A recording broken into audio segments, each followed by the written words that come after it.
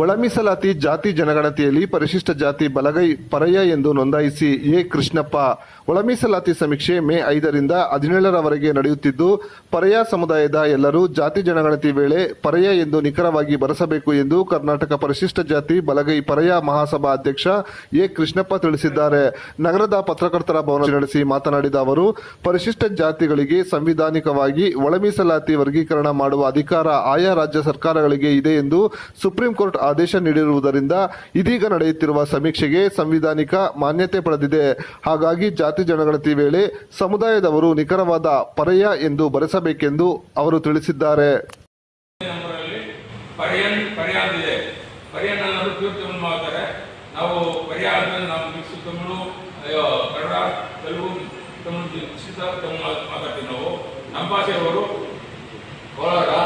ಬೆಂಗಳೂರು ಜಿಲ್ಲೆ, ಬೆಂಗಳೂರು ಸಿಟಿ, ಬೆಂಗಳೂರು ಗ್ರಾಮಾಂತರ, ಆಮೇಲೆ ಚಿಕ್ಕಬಳ್ಳಾಪುರ, ಆಮೇಲೆ ತುಮಕೂರು, ಆಮೇಲೆ ರಾಮನಗರ, ಈ ಕಡೆ ಇದ್ದೀವಿ ನಾವು.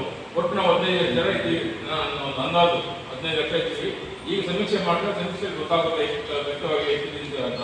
ಅದಕ್ಕೋಸ್ಕರ ಎಲ್ಲರಿಗೂ ಇವತ್ತು ಸಮೀಕ್ಷೆಗೆ ಬಂದಾಗ ಇವರು ಸಮೀಕ್ಷೆದಾರರು ಬಂದಾಗ ಮನೆಗಳಿಗೆ ಅವರು ನೀವು ದಯವಿಟ್ಟು ಪರ್ಯಾಯ ಅಂತ ಬಳಸಿ ಅಂತ ನಾವು ಒತ್ತಾಯ ಮಾಡ್ತೀವಿ. ಬಲಗೈಯಿಂದನೇ ಬಂದ್ವಿ, ವಲಯ ಅಂತಾನೆ ಹೇಳ್ಕೊಡ್ತಾ ಇದ್ವಿ.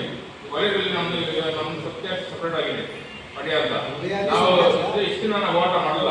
ಈಗ ನಾವು ಓಟ ಮಾಡೋದಕ್ಕೆ ಮಾಡಿದ್ವಿ. ನಮ್ಮದೇ ಸಪ್ರೇಟ್ ಆಗಿ ಅಂತ ಹೊಟ್ಟಿದ್ವಿ ನಾವು.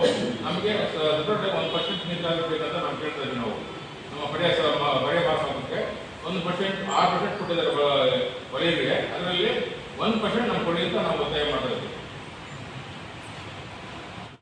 ಮೈಸೂರು ಈಗ ಈ ಭಾಗದಲ್ಲೆಲ್ಲ ಹಲವು ಭಾಷೆ ಮಾತನಾಡುವಂಥವರು ನಮ್ಮ ಸಮುದಾಯದವರು ಹೆಚ್ಚಿನ ಸಂಖ್ಯೆ ಇರ್ತಾರೆ.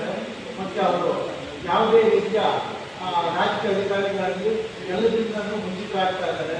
ಆದ್ದರಿಂದ ನಮ್ಮ ಸಮುದಾಯದವರೆಲ್ಲ